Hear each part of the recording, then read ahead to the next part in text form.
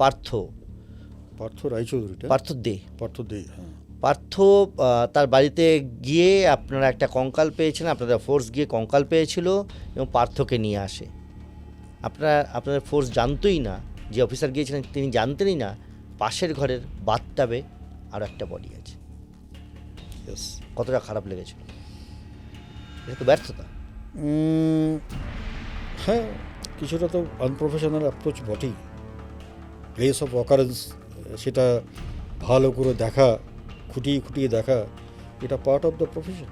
সেখানে সেটা না করে চলে আসা মানে এটা তো ফেলিওর বটেই। কিছু ব্যবস্থা নিয়েছিলেন না ব্যবস্থা নেননি কিছু সেভাবে?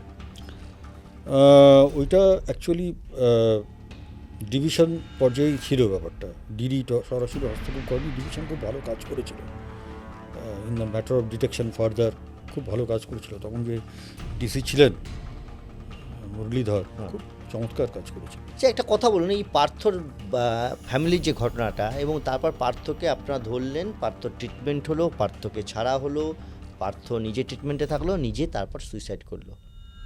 মনে হয় আপনাদের কাজ সম্পূর্ণ না করে ছেড়ে দেওয়া?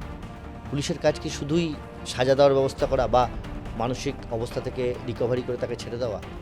রিহ্যাবিলিটেশনের অন্য কোনো রকম ব্যবস্থা করতে পারতেন না? তাহলে পার্থ হয়তো বেঁচে যেত। দেখুন, এইটা তো অনেক বড় প্রশ্ন। এটা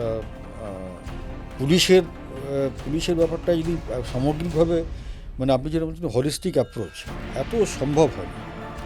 যে চাপ পুলিশের থাকে, যে ওয়ার্কলোড থাকে, তাতে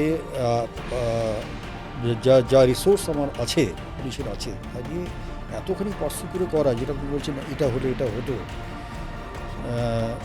কিন্তু তাও আমি বলবো এটাকে খুব ভালোভাবে গুরুত্ব দেওয়া হয়েছিল এবং অনেক সাইকোলজিস্টের সঙ্গে যোগাযোগ করেছিল পুলিশ, এবং যতখানি সম্ভব রিহ্যাবিলিট করার চেষ্টা করেছিল। এটা নিয়ে মিডিয়াও খুব উঠে পড়ে। খুব কোয়ার কেস তো, এটা এই সময় খুব নাড়া ফেলেছিল সমাজে।